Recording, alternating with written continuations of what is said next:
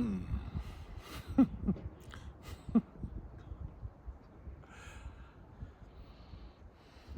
Mm.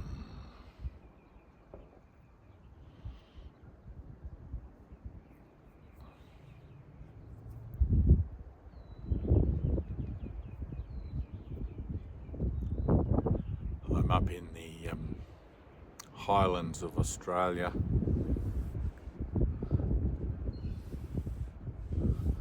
where it's coming into spring and the birds are chirping and it's a beautiful spring day.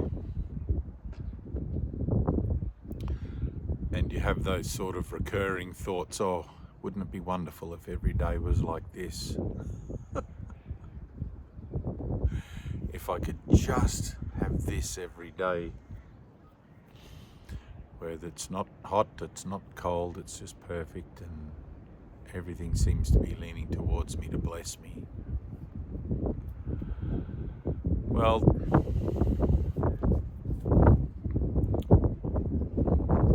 that's a state of mind. It has nothing to do with the birds chirping or the sun being warm on my head. Those things are the effects of thought, and only if you buy into them, only if you give them meaning. Otherwise, how I feel is directly attributable to my state of mind. I'm either looking for meaning outside of myself and attributing it to the weather and the birds and the trees and things, or I'm acknowledging that true meaning comes from within, that my sense of self is the source of my content, and everything else left to be exactly what it is, accepting it exactly as it is, but without believing in it as reality, without believing in it as being the source of my emotional state.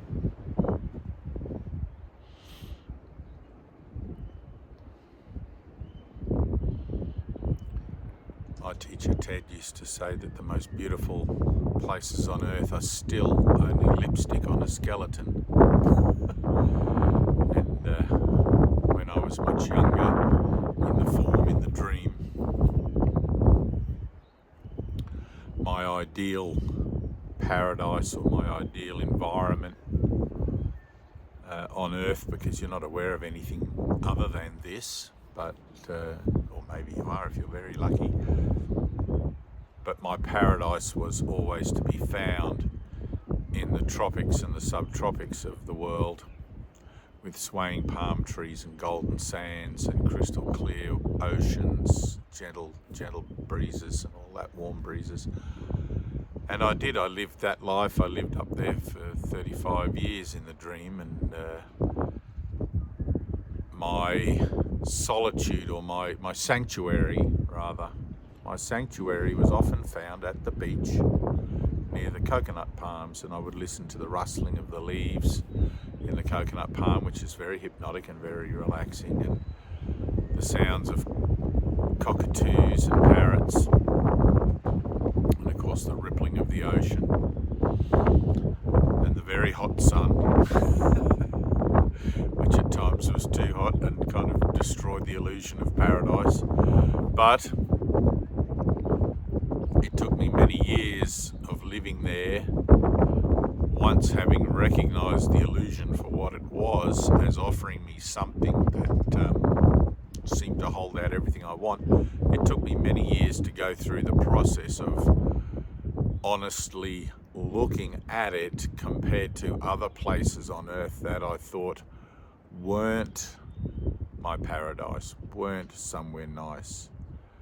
At one time, a place like this up in the mountains, where the temperature is cold in the mornings, this time of year, cold in the mornings, mild during the day as it is now, and again freezing cold at night, I would have turned this down in favour of tropical climate and coconut trees.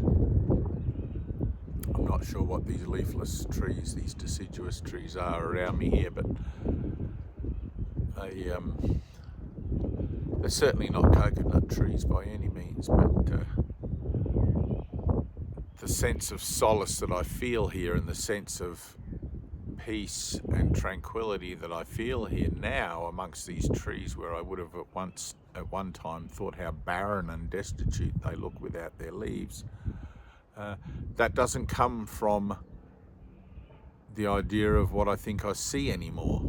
It comes from within, because I take my mind with me wherever I go, and a healed mind is the same in every place that it finds itself. And some of you guys now are having little shifts in consciousness, and some of you big shifts in consciousness, and starting to realize that one thing is the same as the other thing. That being living in a cold climate is the same as living in a hot climate. Obviously not in the conditions, but as a state of mind, when your mind is healed from the belief that there is anything different about one thing from another thing, or one place from another place, in the understanding that my satisfaction doesn't come from the world, and I will never find it within the world in a lasting way, because the world is a place where all things change, and change is the necessity of one's being here in the world. And the temptation, of course, is, like I used to do, is to want to cling to our paradise, cling to the tropics and cling to the palm trees and all of that. And if it doesn't change, that would be perfect. And if every day was just like this, it would be perfect. But of course, everything here changes. It comes around, it goes to summer, and then it goes to autumn and winter again. Learning to go with the flow then, and learning to accept the changes, is part and parcel of allowing that energetic retention of false premises, that energetic retention of false hope about location and perfection and all of that sort of stuff, to let that go. I come to an acceptance of the world exactly as it is. It's a place where all things come to die. It's a place of pain, suffering, and death, as said the Buddha and Jesus. And it's a place where everything's constantly changing, but it's only changing within the framework of a set parameter of definitions, a set parameter of limitations, because the world itself is and symbolizes the idea of limitation or separation from God. If God is everything, forever expanding, and this is the opposite of that, extending out to forever, and this is the opposite of that, then this must be a place of limitation. Now, Jesus says in the Course that God set the limit on suffering himself, and there's nobody, I mean, everybody has some certain high tolerance for suffering. I mean, you just have to look at how many people do the same thing every day, going to work, and they hate it. They wonder, how did I get into this cycle, and how do I get out of this cycle? And at first you think it offers you everything you want. Oh, I got a job in the city, and then it just, no.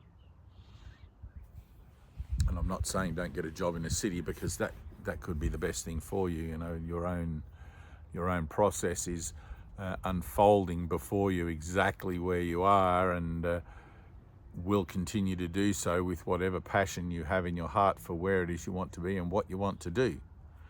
God goes with you wherever you go, and even if you go and work in the city and you become an executive at a big computer company, or or if you go and work in the country and you become a cow herder or a goat herder or whatever, something very simple and easy job.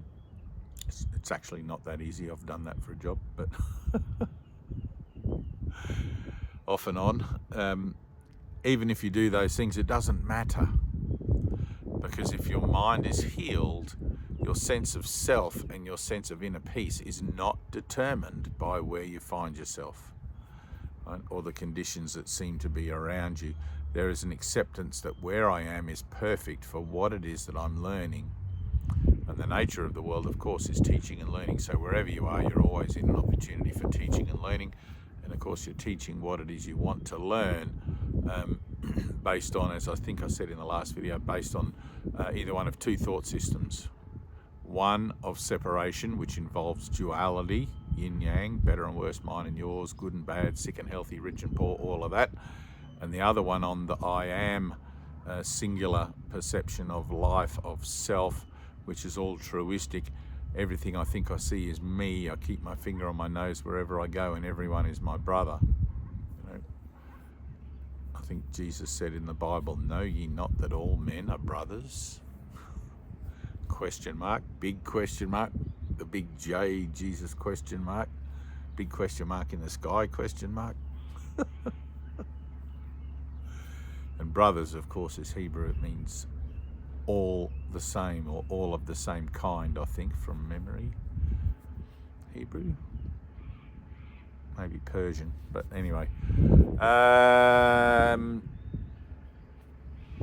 So the idea then of I need to get out of this rut that I'm in, or the world is all shit, what can I do about it, or I hate these politicians, I hate AI. And I had somebody this morning, which is what prompted this video, somebody leaving a big long post on Facebook, and I looked at it and they started the post with, "I haven't been on Facebook for 10 years. I've taken a break because AI came in." I don't remember AI being around 10 years ago, maybe 3 years ago, but AI and whatever and all this other stuff's come in. People are becoming so disenfranchised and disconnected and this and that and the other. And now I'm back after 10 years and it's even worse.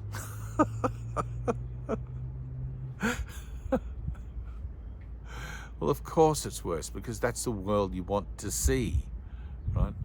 And you make your way merrily down the stream of pain, suffering and death, and it gets worse and worse and worse until you die, right? Or it seems to make no sense until you die, and you sit in your deathbed and you wonder, like, what the fuck was all that about? What was the meaning of my life? What was the point of it all? And you hope that someone's going to come and tell you when you pass over to the next realm. And that's another video. I think I've done videos like that before. And of course I wrote what I usually write on posts like that, saying, you know, like, I could tell by this one though, that I wasn't particularly gentle in this one. It was the tough love response. I put a few quotes in there, you know, Gandhi, be the change you want to see in the world, etc., etc. But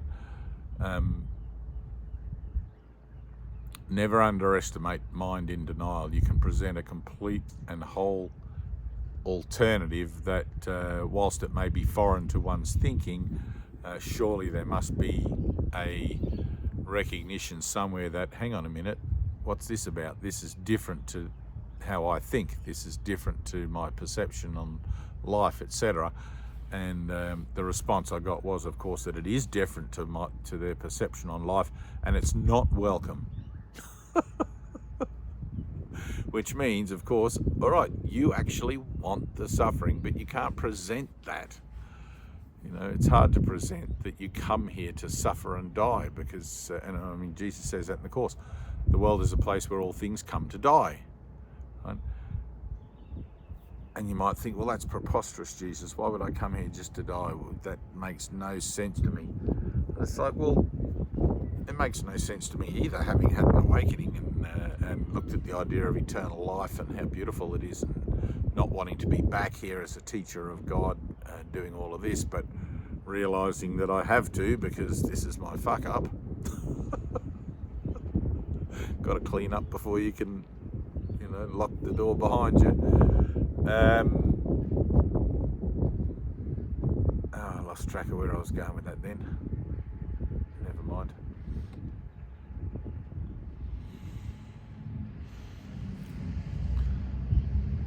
There's a premise, yeah, this is where I was going with it, but there's a premise in the Course, in the obstacles to peace, you know, and I had this exact discussion with somebody on Facebook again this morning, you know, like another person, another aspect of the dreaming mind that I'm awakening from and offering salvation to in its many dimensions, presenting it as it's given to me, presented in various ways. But I had another mind. This morning I put a post on my Facebook about Dostoevsky, and a philosopher who used to, and I'm not big on Dostoevsky, but used to spend weeks and weeks and weeks at a time in isolation, you know, much like Vipassana. People go to Vipassana, do 10-day silent retreats, but spend a lot of time in silence contemplating the dark side of human nature as a philosopher, and came to the conclusion in many ways, in many aspects, that man did not want to be happy. And he used the subject of women as his chosen analysis, you know, for his chosen analysis, but could have just as easily done so with men as well. The first obstacle to peace in A Course in Miracles is, the first obstacle is the desire to get rid of peace. And you'll say to me, well, that's ridiculous. Why would I want to get rid of peace? I want peace. And it's like, no, you don't. You came here to experience pain, suffering, and death. That's what you want. And until you can admit to that, until you recognize that place in your own consciousness where, oh, I'm doing this to myself, or, oh, I chose this, or, oh, I am actively fighting against peace, or I am in denial of peace. Until you reach that point, any attempt at change is futile, because you're not addressing it at the foundation. You're not addressing it at the root. You know, it's like having a big weed growing in your backyard and you don't like the weed, so you just snip all the outside bits off to make it look less weedy. But you don't actually get to the root and dig it out, right? And you have to get to the root and dig it out. And that's where self-reflection comes in, you know. So a lot of coming to terms with retraining the mind, which is what this is. Healing is all healing is a form of therapy, and therapy is looking at your thought system, looking at the way you think about things, and being prepared to look at it differently based on new information. So when you begin this journey,